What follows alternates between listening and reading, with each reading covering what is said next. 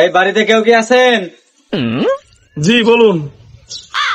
এটা কি মজিদ সাহেবের বাড়ি? তিনি আমার বাবা হন।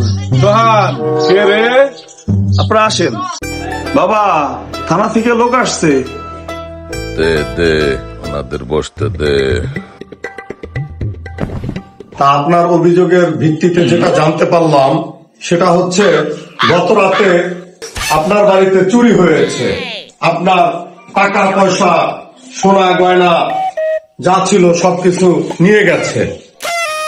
এত কিছু নিয়েছে, তা টেলিভিশনটি নেয়নি কেন?